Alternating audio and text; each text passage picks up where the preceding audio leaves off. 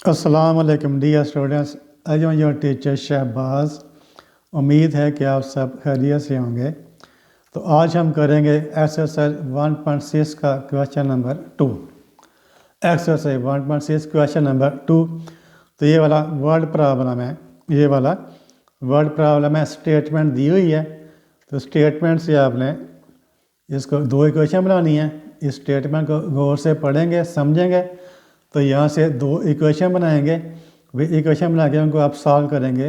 किसी एक मेथड से सॉल्व करें, चाहे मैट्रिक्स इन्वर्जन मेथड से सॉल्व कर लें, चाहे आप इसको क्रैमर रूल से सॉल्व कर लें। तो किसी एक मेथड से सॉल्व कर लें। पेपर में आपने एग्ज़ाम में आपने किसी एक मेथड से सॉल्व करना होता है, मैट्रिक्स इन्वर्जन मेथड से या क्रैमर रूल से। तो वर्ड प्रॉब्लम है, आमतौर पर टीचर भी वर्ड प्रॉब्लम नहीं करवाते कि स्टूडेंट को समझ नहीं आती, और स्टूडेंट भी वर्ड प्रॉब्लम नहीं करते कि हमें समझ नहीं आनी।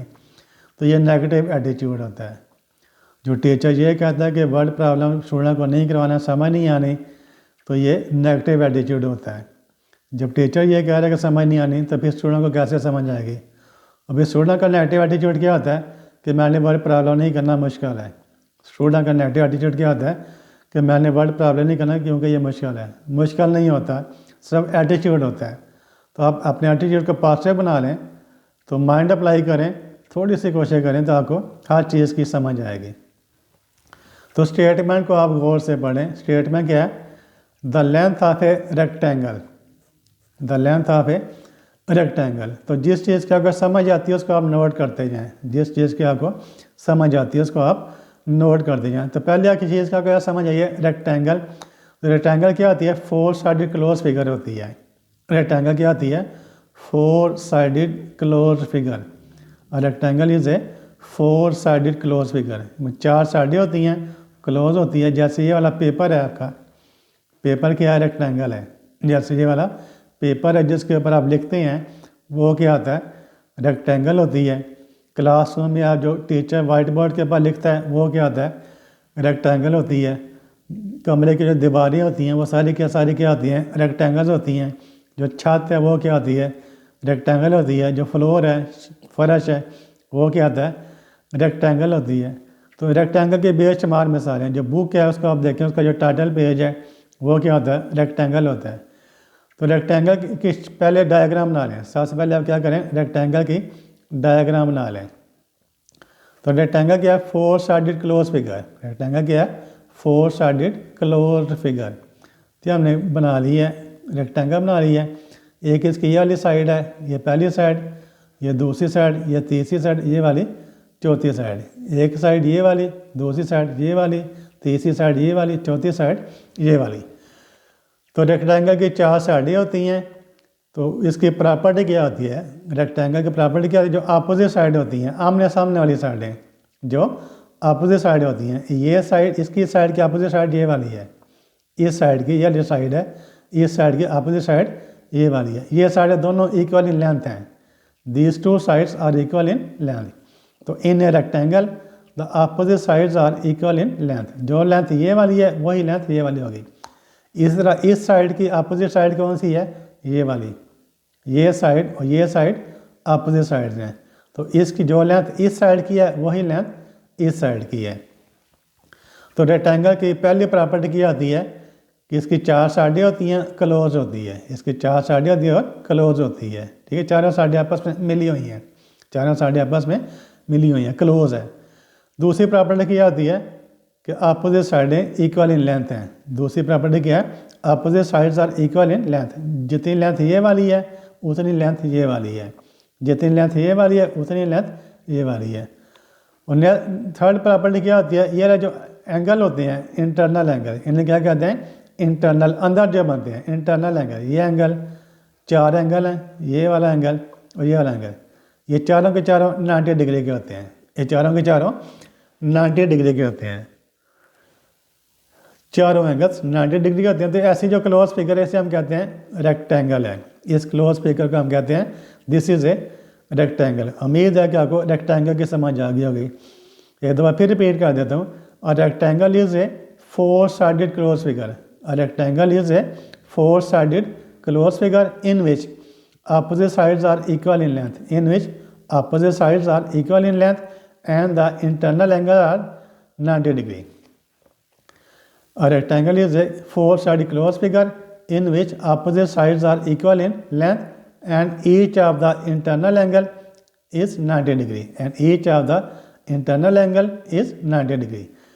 तो फोर साइड क्लोज फिगर है, अपोजिट साइड है, ये साइड इस साइड के इक्वल है, ये साइड इस साइड के इक्वल है, और जो चारों एंगल हैं हर एंगल 90 डिग्री का, ये भी 90 डिग्री का, ये भी 90 डिग्री का, ये भी 90 डिग्री का, ये भी 90 डिग्री का। तो रेक्टेंगल की आपको समझ आ गई होगी और हमेशा याद रहेगी। अब क्वेश्चन को दोबारा पढ़ते हैं। The length of a rectangle, rectangle आपने बना ली, तो length of a rectangle is 4 times its width. उसके बाद क्या है, एक लेंथ है, दूसरा विड्थ है। उसके बाद क्या है, एक उसकी लेंथ है और एक उसकी विड्थ है। तो लेंथ उसकी हम नजर, ये हमने इसकी लेंथ है, लंबाई है, ये इसकी विड्थ है, चौड़ाई है। तो लेंथ को आप सपोज कर लें x है, सपोज कर लें लेंथ उसकी कितनी है, x है। तो यहाँ पर लिख भी लें साथ, suppose length is equal to x, length of rectangle is equal to x। Suppose कर लें जो रेक्टेंगल है उसकी लेंथ क्या है, x है, ये इसकी विड्थ है, तो इसको सपोज कर लें y है। और यहाँ पर इसको लिख भी लें width is equal to y। तो क्या बताया, जो लेंथ इस साइड की है वही लेंथ इस साइड की होगी, और इस साइड की लेंथ हमने सपोज किया है x है, तो इस साइड की लेंथ भी क्या होगी, x। इस साइड की लेंथ का हमने सपोज किया x है, और रेक्टेंगल की प्रॉपर्टी होती है अपोजिट साइडों की लेंथ इक्वल होती है। तो ये x है लेंथ, तो ये वाला लेंथ भी s होगा। ये लेंथ इस लेंथ के इक्वल है। विड्थ को हमने सपोज किया, विड्थ भी लेंथ ही होती है, विड्थ को हमने सपोज किया y है, तो इसका मतलब ये इस साइड की लेंथ y है, तो इस साइड की लेंथ भी y होगी। अपोजिट साइडें इक्वल हैं, इसलिए ये x है तो ये वाला भी s, ये y है तो ये वाला भी y। अच्छा जी, तो सपोज कर लिया हमने length is equal to x, width is equal to y। इतनी समझ आ गई। पहले रेक्टेंगल हमने रेक्टेंगल बना ली, फिर लेंथ है उसका हमने सपोज कर लिया x है, उसका विड्थ है उसका हमने सपोज कर लिया y है। इतनी समझ आ गई। अब लिखेंगे अकॉर्डिंग टू फर्स्ट कंडीशन। क्या लिखेंगे, अकॉर्डिंग टू, जो स्टेटमेंट दी हुई है, जो क्वेश्चन दिया हुआ है, according to first condition, according to first condition. Equation बनानी है हमने, जो कंडीशन दी हुई हैं उस तरह से हमने इक्वेशन बनानी है according to first condition. First condition क्या है, ये वाली, the length of a rectangle is 4 times its width. तो उसको हमने कन्वर्ट करना है इनटू एन इक्वेशन। इस जो सेंटेंस लिखा हुआ है इसके आपने मैथमेटिकल फॉर्म लिखनी है, इसको आपने कन्वर्ट करना है इनटू एन इक्वेशन। तो कैसे कन्वर्ट करेंगे, the length of a rectangle, ये देखें the length of a rectangle, ये वाला इतना, the length of a rectangle ये है,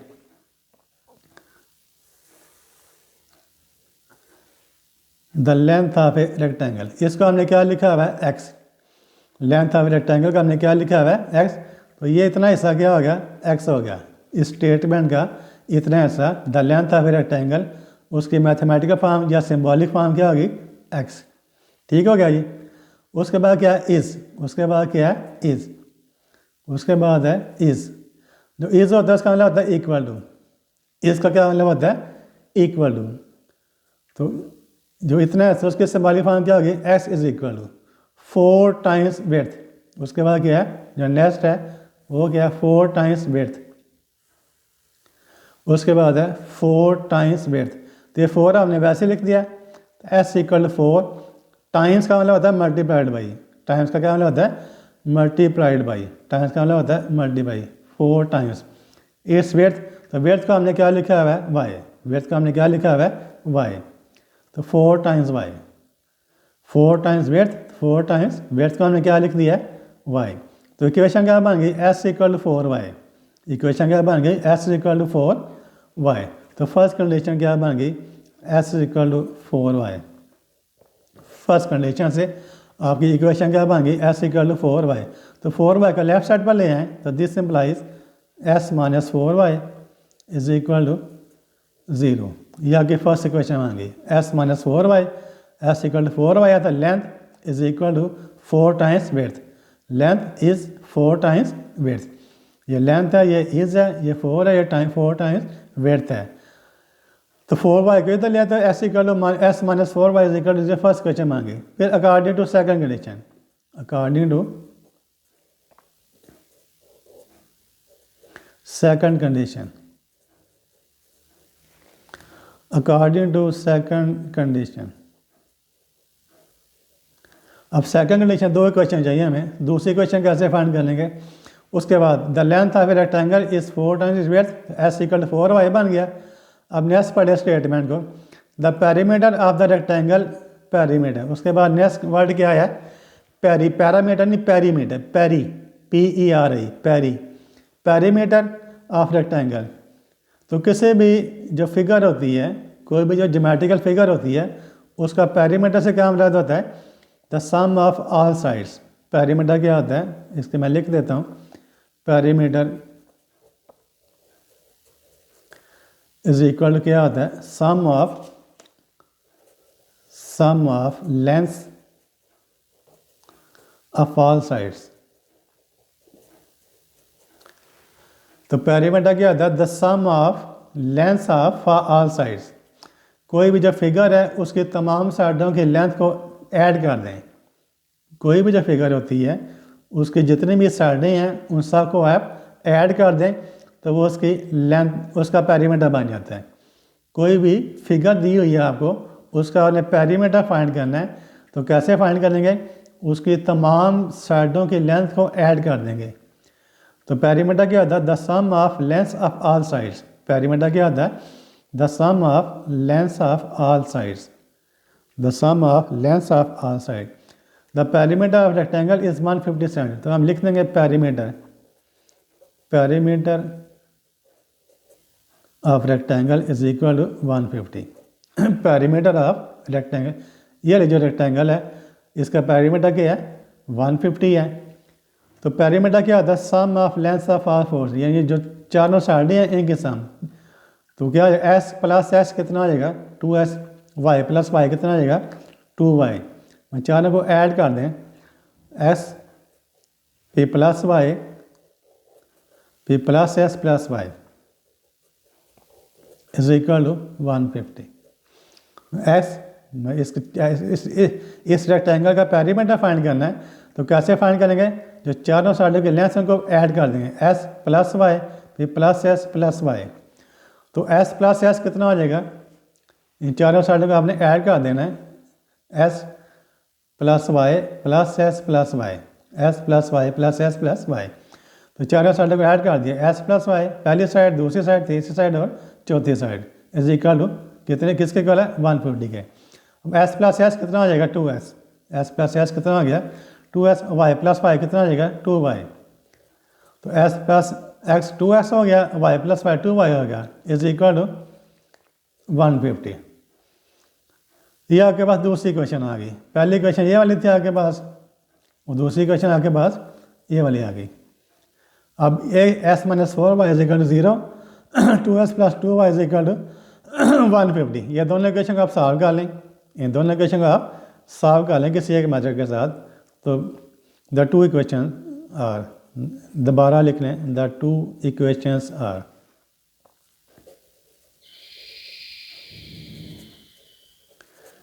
तो एस पहली क्वेश्चन क्या है, S minus 4y is equal to 0, और दूसरी क्वेश्चन क्या है, 2s plus 2y is equal to 150। तो ये वाला क्या बन गया, सिस्टम ऑफ लीनियर इक्वेशन। ये क्या बन गया, दो इक्वेशंस हैं, तो ये क्या बन गया, सिस्टम ऑफ लीनियर इक्वेशंस। ये क्या बन गया, सिस्टम ऑफ लीनियर इक्वेशंस। तो इसको आप सॉल्व कर सकते हैं, जैसे क्वेश्चन नंबर 1 बन गया, जैसे क्वेश्चन नंबर 1 था उसी तरह का क्वेश्चन बन गया। इसको आप सॉल्व कर सकते हैं बाई मैट्रिक्स इन्वर्जन मेथड या फिर बाई क्रैमर रूल, जो आपको आसान लगता है उस मेथड से आप इसको सॉल्व कर लें। तो इसको क्या सबसे पहले क्या करेंगे, इन मैट्रिक्स फॉर्म क्या करेंगे, इसको कन्वर्ट कर लेंगे इन मैट्रिक्स फॉर्म, मैट्रिक्स इक्वेशन बना लेंगे। क्या करेंगे, मैट्रिक्स इक्वेशन बना लेंगे। तो मैट्रिक्स इक्वेशन में 3 मैट्रिक्स बन जाते हैं, मैट्रिक्स इक्वेशन में 3 मैट्रिक्स बन जाते हैं, 2 मैट्रिक्स लेफ्ट साइड के ऊपर और 1 मैट्रिक्स राइट साइड के ऊपर। तो एस का क्या मतलब होता है, 1x, एस का क्या मतलब है 1x, और ये 2s है। यहाँ पर s के साथ 1 है, यहाँ पर s के साथ 2 है, तो यहाँ पर 1 आ गया और यहाँ पर 2 आ गया। तो s का कोएफिशिएंट 1, s का कोएफिशिएंट 2। तो फर्स्ट कॉलम में हमने s के कोएफिशिएंट लिख दिए हैं और सेकंड कॉलम में y के कोएफिशिएंट लिखेंगे। तो यहाँ y का साथ क्या है -4 और यहाँ पर y का साथ क्या है 2। तो यहाँ पर y का कोएफिशिएंट -4 है, इसमें y का कोएफिशिएंट 2 है। तो सेकंड कॉलम में y के हमने कोएफिशिएंट लिख दिए हैं। फर्स्ट कॉलम में s का कोएफिशिएंट और सेकंड कॉलम में y का कोएफिशिएंट। यहाँ पर क्या लिखना है इस मैट्रिक्स में sy, यहाँ पर क्या लिखना है sy इज इक्वल टू क्या है 0 इज इक्वल टू 150। 0 ऊपर आ गया, 150 नीचे आ गया। और ये वाली मैट्रिक्स इक्वेशन बन गई है जिसको आप सॉल्व कर सकते हैं। पहले मैट्रिक्स का नाम क्या लिखते हैं ए। तो चलिए इसको क्रैमर रूल से कर लेते हैं, इसको क्रैमर रूल से कर लेते हैं। तो क्रैमर रूल में आप 3 मैट्रिक्स लिखते हैं। Matrix A is equal to ये आ गया 1 -4 2 और 2, ये मैट्रिक्स ए आ गया। फिर मैट्रिक्स ए एस लिखेंगे, ये मैट्रिक्स एक्स है, ये वाला मैट्रिक्स बी है। मैट्रिक्स ए के बाद मैट्रिक्स एस लिखना है। तो मैट्रिक्स ए एस कैसे लिखते हैं, जो मैट्रिक्स ए है उसका फर्स्ट कॉलम को रिप्लेस कर देते हैं मैट्रिक्स बी के साथ। मैट्रिक्स ए एस लिखने के लिए क्या करते हैं, मैट्रिक्स ए के फर्स्ट कॉलम को रिप्लेस कर देते हैं मैट्रिक्स बी के साथ 0 150 के साथ। मैट्रिक्स ए एस लिखने के लिए हमने क्या करना है, मैट्रिक्स ए का जो फर्स्ट कॉलम है 1 2, इसकी वजह आपने क्या लिख देना है 0 और 150, और सेकंड कॉलम वैसे लिख देना है, सेकंड कॉलम वैसे लिख देना है। और फिर लिखना है मैट्रिक्स ए वाई, फिर क्या लिखना है मैट्रिक्स ए वाई। तो मैट्रिक्स ए वाई कैसे लिखना है, मैट्रिक्स ए वाई लिखने के लिए मैट्रिक्स ए का फर्स्ट कॉलम वैसे लिख देंगे। मैट्रिक्स ए वाई लिखने के लिए मैट्रिक्स ए का फर्स्ट कॉलम 1 2 वैसे लिख देंगे, और मैट्रिक्स ए का जो सेकंड कॉलम है -4 2, इसको रिप्लेस कर देंगे बी के साथ, यानी 0 और 150 के साथ, 0 और 150। तो हमने 3 मैट्रिक्स फाइंड कर लिए हैं, ए एस और ए वाई। अब तीनों की डिटर्मिनेंट्स फाइंड करेंगे, अब तीनों की डिटर्मिनेंट्स फाइंड करेंगे। तो डिटर्मिनेंट ऑफ ए पहले फाइंड करेंगे, डिटर्मिनेंट ऑफ ए। तो डिटर्मिनेंट में आपने हमेशा सीधी लाने लगानी है, डिटर्मिनेंट में आपने हमेशा सीधी लाने लगानी है। 1 -4 2 और 2 इज इक्वल टू, तो 1 को मल्टीप्लाई करेंगे 2 के साथ, 1 × 2, फिर माइनस का साइन लगाना है 2 को -4 के साथ, 2 मल्टीप्लाइड बाई -4। तो 1 टाइम 2 कितना -2 हो गया, फिर माइनस माइनस प्लस हो गया, 2 टाइम 4 कितना हो गया 8, 2 + 8 इज इक्वल टू क्या आ गया 10। तो हमने फाइंड कर लिया डिटर्मिनेंट ऑफ ए।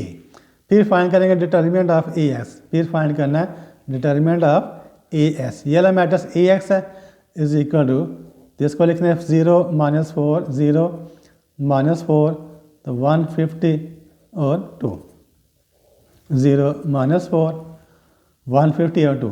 तो 0 को 2 के साथ मल्टीप्लाई करेंगे, इस 0 को इस 2 के साथ मल्टीप्लाई करेंगे, 0 मल्टीप्लाइड बाई 2, फिर माइनस का साइन लगाना है, फिर 150 को मल्टीप्लाई करेंगे किसके साथ, -4 के साथ, -4। तो इक्वल टू क्या हो जाएगा, 0 को 2 से मल्टीप्लाई करने से क्या हो गया 0 आ गया, फिर ये वाला माइनस क्या आ गया प्लस हो गया। तो 150 को 4 के साथ मल्टीप्लाई करें तो कितना आ गया 600। 150 को 4 से मल्टीप्लाई करने से क्या आ गया 600। तो 600 में 0 प्लस किया तो क्या आ गया 600, ये 600 आ गया। फिर फाइंड करना है डिटर्मिनेंट ऑफ ए वाई, फिर फाइंड करना है डिटर्मिनेंट ऑफ ए वाई। तो ए वाई वाला मैट्रिक्स है 1 0 2 150, 1 0 2 150, 2 और 150। तो फिर 1 का मल्टीप्लाई करें 150 के साथ, 1 मल्टीप्लाइड बाई 150, फिर माइनस का साइन लगाना है, फिर 2 को 0 से मल्टीप्लाई करेंगे, 2 को 0 से मल्टीप्लाई करेंगे तो 50 टाइम 150 आ गया, फिर -2 को क्या तो 0 आ गया, तो 150 0 माइनस किया तो क्या आ गया 150। तो हमने फाइंड कर लिया, हमने क्या फाइंड किया डिटर्मिनेंट ऑफ ए की वैल्यू फाइंड कर ली है हमने 10, फिर ए एस डिटर्मिनेंट की वैल्यू फाइंड कर लिया 600, फिर ए वाई डिटर्मिनेंट की वैल्यू फाइंड कर लिया 150। अब हम फाइंड कर सकते हैं एक्स और वाई, अब हम फाइंड कर सकते हैं एक्स और वाई। तो एस कैसे फाइंड करते हैं, एस फाइंड करने के लिए आपने क्या करना है, कौन सा फार्मूला यूज़ करते हैं, एस इक्वल टू क्या होता है determinant of a s divided by determinant of a, s equal to determinant of a s divided by determinant of a. तो डिटर्मिनेंट ऑफ ए एस की वैल्यू हमने ये फाइंड की हुई है ये 600 है। डिटर्मिनेंट ऑफ एस के वाले हमने क्या फाइंड की हुई है, ये वाली 600 और डिटर्मिनेंट ऑफ ए के वाले क्या है 10। तो 600 डिवाइडेड बाई 10, तो ये आ जाएगा 600 डिवाइडेड बाई 10। तो 600 को 10 के साथ डिवाइड करें तो ये 0 0 से कट गया, इक्वल टू 60 सेंटीमीटर आ गया, इज इक्वल टू 60 सेंटीमीटर। तो ये वाई फाइंड करना है, तो वाई इज इक्वल टू क्या होता है, determinant of a y divided by determinant of a. तो वाई इज इक्वल टू क्या हो जाएगा, determinant of a y, determinant of a y के लिए हमने क्या फाइंड की हुई है, ये वाली फाइंड की हुई है। डिटर्मिनेंट ऑफ ए वाई की वैल्यू 150 है और डिटर्मिनेंट ऑफ ए की वैल्यू 10 है। तो 150 डिवाइडेड बाई 10, तो वाई इज इक्वल टू क्या आएगा 150 डिवाइडेड बाई 10। तो 0 0 से कट इज इक्वल टू 15। तो वाई की वैल्यू आ गई 15। तो वाई का एस को हमने क्या सपोज किया था, लेंथ। एस को हमने क्या सपोज किया था, length. Length is equal to X है। तो एस की वैल्यू क्या आई है 60 आई है। तो वाई को हमने क्या सपोज किया था, वेथ। वाई को हमने क्या सपोज किया था, वेथ। वेथ की वैल्यू क्या आई है 15। तो क्या लिखते हैं, width is equal to Y is equal to 15 centimetre. Width is equal to Y is equal to 15 centimetre और लेंथ इज इक्वल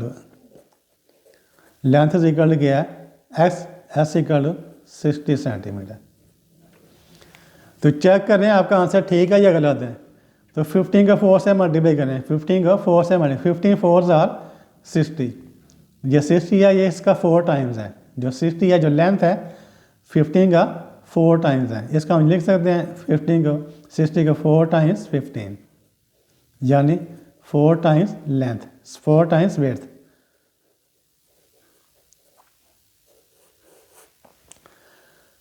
तो width is equal Y is equal 15 centimetre, length is equal to 60 centimetre. आपने check करना कि आपका answer ठीक है या गलत है। तो जो 60 है उसका हम लिख सकते हैं 4 टाइम्स 15। 4 टाइम्स 15 क्या होता है 60 होता है, ये 4 वैसे ही टाइम्स और 15 क्या है वेथ है। तो जो लेंथ है वो वेथ का 4 टाइम्स है। जो लेंथ है वो वेथ का 4 time, 4 time width is equal to length. इसका आपका आंसर है वो ठीक है, आपने सही काम किया है। इसमें लिखा है the dimension of the rectangle. क्या लिखा हुआ है, find the dimension of the rectangle. Find the dimension of the, dimension कैसे कहते हैं, रेक्टेंगल की जो 2 डायमेंशन होती हैं। रेक्टेंगल की 2 डायमेंशन होती हैं। रेक्टेंगल की 2 डायमेंशन होती कौन कौन सी, लेंथ और वेड्थ। जो लेंथ और वेड्थ हैं ये इसकी डायमेंशन हैं। रेक्टेंगल में जो लेंथ और वेड्थ होती हैं उन्हें कहते हैं dimension of the rectangle. Rectangle की हमेशा 2 डायमेंशन होती हैं। रेक्टेंगल की हमेशा 2 डायमेंशन, लेंथ और वेड्थ दोनों हमने फाइंड कर लिए हैं। वेड्थ हमने फाइंड की है 15 सेंटीमीटर और लेंथ हमने फाइंड किया 60 सेंटीमीटर। तो जो वेड्थ है इसका 4 टाइम्स क्या होता है 60। तो उम्मीद है कि आपको इस क्वेश्चन की, इसके सोल्यूशन की, स्टेटमेंट की, वह स्टेटमेंट से आपने इक्वेशन कैसे बनानी है मुकम्मल भरपूर तरीके से समझ आई होगी। अगर समझ नहीं आई तो इसको आप दोबारा पढ़ें, 3 4 5 दफ़ा करें, सुने इस वीडियो को। आप जो इक्वेशन बनाना है 3 4 5 दफ़ा सुने, कोई हर्ज नहीं है। जब आप सीखने के अमल से गुजर रहे हैं तो सीखने के अमल से बात स्टूडेंट होते हैं उन्हें पहली दफ़ा ही समझ आ जाती है, और बात स्टूडेंट होते हैं उन्हें दूसरी दफ़ा समझ आती है, बात को तीसरी दफ़ा, बात को चौथी दफ़ा, बात को 5वीं दफ़ा। तो अब 2 3 दफ़ा, उम्मीद है कि आप 2 3 दफ़ा वीडियो, जिनको नहीं समझ आई, ज़्यादा स्टूडेंट को तो अभी समझ आ गई होगी, तो कुछ स्टूडेंट ऐसे होंगे जिनको समझ नहीं आई, तो उसको 2 दफ़ा देखें तो इंशाल्लाह समझ आ जाएगी और आपको कभी भूलेगा नहीं। तो आज के लिए इतना ही। तो thank you for watching full video. अल्लाह हाफिज़।